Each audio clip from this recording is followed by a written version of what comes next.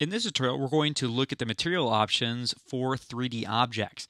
These properties basically control the way that they respond when lights hit them. Now, our example here is simple. We have a blue solid and a regular light. And the reason why we're using such a plain example is because this way it's easy to see what's going on. If you had like an actual photo or video clip here, it's a little bit more difficult to tell what these properties are actually doing.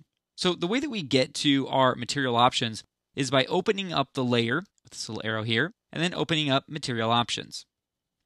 Let's skip down to ambient. Ambient basically controls the level of ambient reflectivity of the layer. Since we don't have any ambient lights in our scene, this isn't really applicable right now.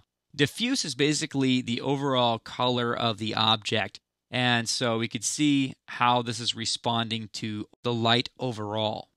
Take this back to its default value. Just right-click on diffuse and select reset.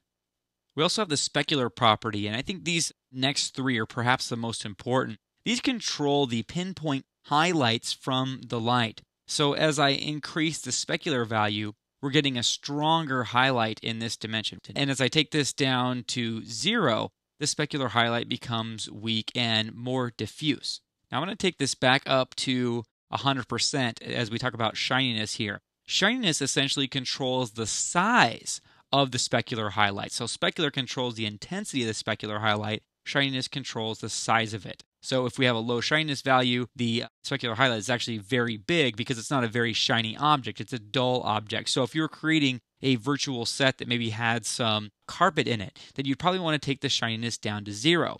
If you were creating a plastic cup or something that was glass, on the other hand, then you'd probably want to increase the shininess value.